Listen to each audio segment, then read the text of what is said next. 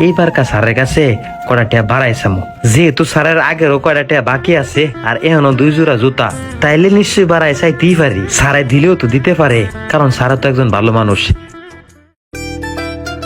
Sir হজে যায় কিন্তু খাস করে একটু আমার লেগে দোয়া করবেন। আসসালামু আলাইকুম স্যার।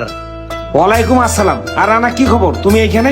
স্যার আমি তো আপনার ওই বাড়িতেই গেছিলাম, পরে দারোয়ানাই কইলো আপনি নাকি এই বাড়িতে আছেন, এর লিগে আপনার জুতারি নিয়ে আমি আসছি স্যার।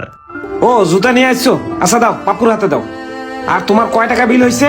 স্যার আগের সব মিলিয়া 2700 টাকা পাইতাম, আর এবার কাটা মিলাইয়া একটু বাড়াইয়া বুড়াইয়া যদি আমারে দিতেন, আমি এবার নিয়ত করছি স্যার আমি হজে যাবো। এর লিগা ক্ষুদ্র ক্ষুদ্র টাকা দিয়ে আমি জমাইতেছি, আল্লাহ যদি নসিবে রাহে ইনশাল্লাহ আমি হজে যাবো।